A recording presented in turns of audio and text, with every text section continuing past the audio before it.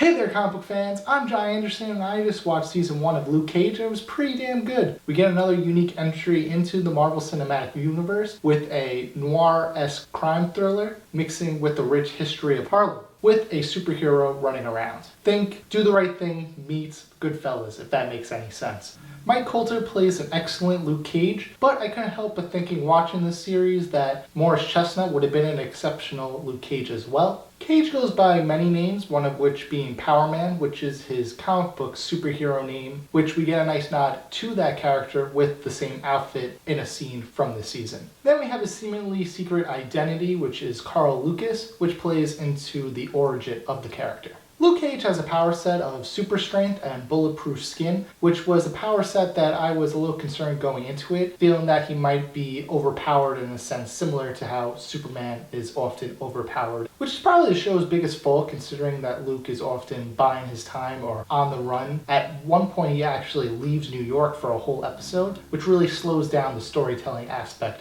of the series. But luckily Luke's kryptonite, as it were, is introduced seamlessly into the plot, and he has a number of unique villains. Starting with Cornell Cottonmouth Stokes, who is a very cocky, brutal, and surprisingly sympathetic gangster villain. And Cottonmouth's cousin, Madam Councilwoman Mariah Driller, is just as scary as him, but in vastly different ways. Then we have characters that are connected to Luke's past, like Shades, who was a character I wasn't that intrigued with at first, but as the season goes on, I really grew to like his character.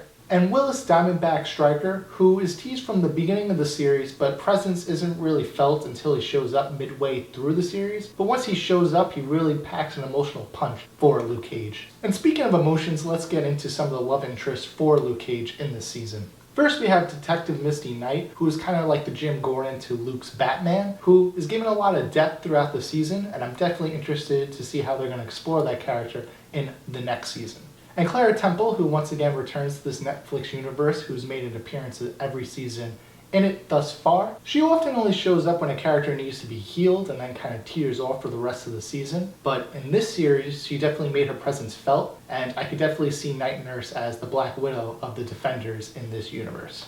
So to sum up, Luke Cage is another unique entry into the MCU with great characters and ambiance, with a slightly overpowered hero, but overall it is undoubtedly marvelous.